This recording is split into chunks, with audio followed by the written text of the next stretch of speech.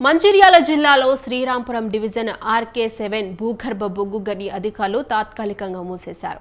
అటవీ శాఖ నుంచి అనుమతులు రాకపోవడంతో ఆర్కే-7 గని నార్త్ సెక్షన్ మూసివేస్తున్నట్లు అధికారులు తెలిపారు. నార్త్ సెక్షన్ మూసివేయడంతో సుమారు 500 మంది కార్మికులను శ్రీరాంపురం ఏరియాలోని ఆర్కే-5, SRP-3, ఇందారం A1 గనుల్లో డిప్యూటేషన్పై పంపేందుకు యాజమాన్యం ఏర్పాట్లు చేస్తోంది. ఇక మరోవైపు ఆర్కే-7 గనిని మూసివేయబోమని కార్మికులు ఎలాంటి ఆందోళన చేయవద్దని అధికారులు చెబుతున్నారు. కార్మికులు ఆందోళన చేయవద్దని, త్వరలోనే అనుమతులు వస్తాయన్నారు. ఇక గుర్తింపు కార్మిక సంఘం AITU అధ్యక్షుడు వాసిరెడ్డి సీతారామయ్య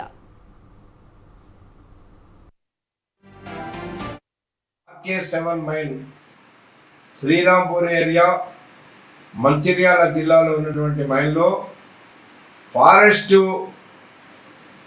వాళ్ళు పర్మిషన్ రెన్యువల్ కాలేదని ఒక డిస్టిక్ని బంద్ పెట్టమని నోటీస్ ఇచ్చారు.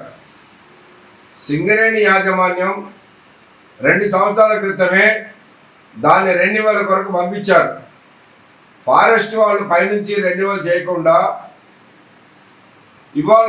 ఇప్పుడు ఇక్కడ మంచిర్యాల ఫారెస్ట్ అధికారి మీరు రెన్యువల్ కాలేదు కాబట్టి ఆ డిస్టిక్ని బంద్ పెట్టండి అని నోటీస్ ఇవ్వటం వల్ల ఆ మైన్లో పనిచేసే సుమారు 300-400 మందికి పని లేకుండా పోద్ది.